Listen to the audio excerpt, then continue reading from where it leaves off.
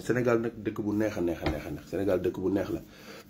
Maimouna Ndour Faye mi ngi xataraayu ba léegi ak benn presse bi boo gisee journaux yi tey yëpp dañu xëy mais vraiment Sénégal il faut ñu leen di wax ay wax yu simple yu clair pour ngeen comprendre ci tappale kese la gars yi nekk.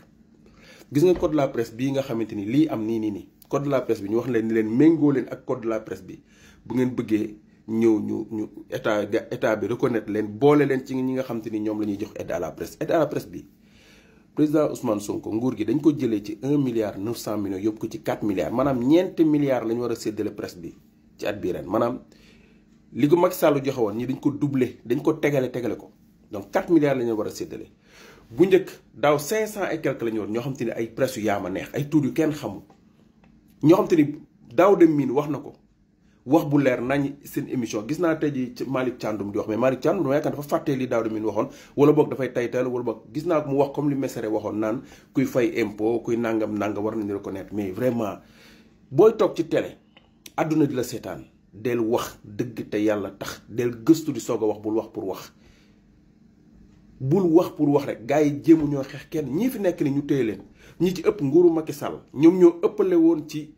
aide à la presse bi passé parce que dañoo àndoon Macky Sall te nekkuñu en règle lépp lu code de la presse wax loo xam te ni Macky Sall ko voté ñoom nii di coono yi ñoo ko kaas ba ñu voté leen ko pare respecté wuñ ko ñi ci ëpp. Mamadou Ibra Kane àndut ak nguur gi du wax lu baax ci Ousmane Sonko pourtant bosam jàll na ak keneen seen bos jàll na. parce que dañoo déposé li ñu leen laaj Mamadou Ibra Kane mi ngi ànd ak Maimouna Ndour Faye di wax waaye moom ba mu waree déposé dafa déposé ay kayitam de jàll na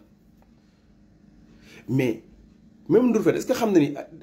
Ahmed Aïdara bosam jàllul parce que li mu déposé matul dafa ci am boo xam dafa am problème ñu ne ko complété ko Ahmed Aïdara bosam jàllul. Xalaat TV suñu Xalaat TV jàllul Dakar Matin bu Pape Alé Niang jàllul. léegi ñoom ñoo yan wax ji te ñoom bu ñu jàll boo jàlloo lay wax notifié wala li tax jàllul wax la ni nga régulariser ko le plus rapidement boo ko defee nga bokk est-ce que jar na coow. dama yaakaar ni dafa am leneen lu laxos ci ginnaaw ci Maimouna Ndour Faye mais je pense que du rek déposer ñun la compléter nga compléter pour ñu mun la régulariser nga régulariser sa bopp je pense que dafa am leneen lu laxos ci ginnaaw te ñu bàyyi di tappale ak di jaxase ay wax. fay impôt seen yoon nekkul ci code li nga xamante ni mooy seen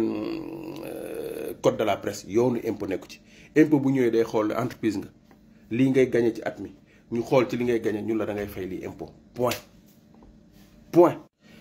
Dakar Matin bokkul dafa war a complété 2A TV bokkul dafa war a complété Xalaat TV bokkul dafa war a complété su ma juumul est-ce que seen limite est-ce que jàll na. mais bëri na médias yoo xam te ni dañ leen a jàpp ne dañu nguur gi la ñuy àndal te pourtant bi ñu complété wul dañ leen a rejeté dañu ñëw complété mais lan moo fi jar coow lu bari lan moo ko fi jar presse bi di bind di nga dëkk bi dina tegu ci yoon par force majorité population bi ñoo àndal ñi ne ci nguur gi moomu leen nit ñi ne ci nguur gi il faut ñu xam ni population ñun ñoo leen fal pour ñu doxal te dañ leen di accompagner dañ leen di jàppale ñii di coow nii yëpp bu seen pexe jubóo du ngeen agsi fii def nañ lu nekk te ndaxte ñi fi nekkoon dañu àndoon ak ñoom ñuy def lu leen neex dara du leen ci fekk respecté wuñu dara fii bu ñu fi daan toroxal ay presse ñoom mosoo leen dégg Pape Alé Niang dem na ba nekk ci diggante dund ak dee mosoo leen a dégg ñu jug ci ñuy tëj Walfadjri ci tëj bu yaama neex mosoo leen a dégg ñu wax ci ñoom Mame Birame wàcc amul luñ dajul ñu agressé leen mosoo dégg ñu wax ci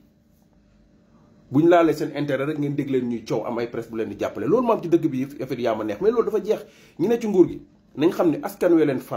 falaat leen li ëpp ci askan bi ànd ak ñoom nañ doxal ñun ñoom la ñuy déglu nañ doxal loolu mooy dëgg.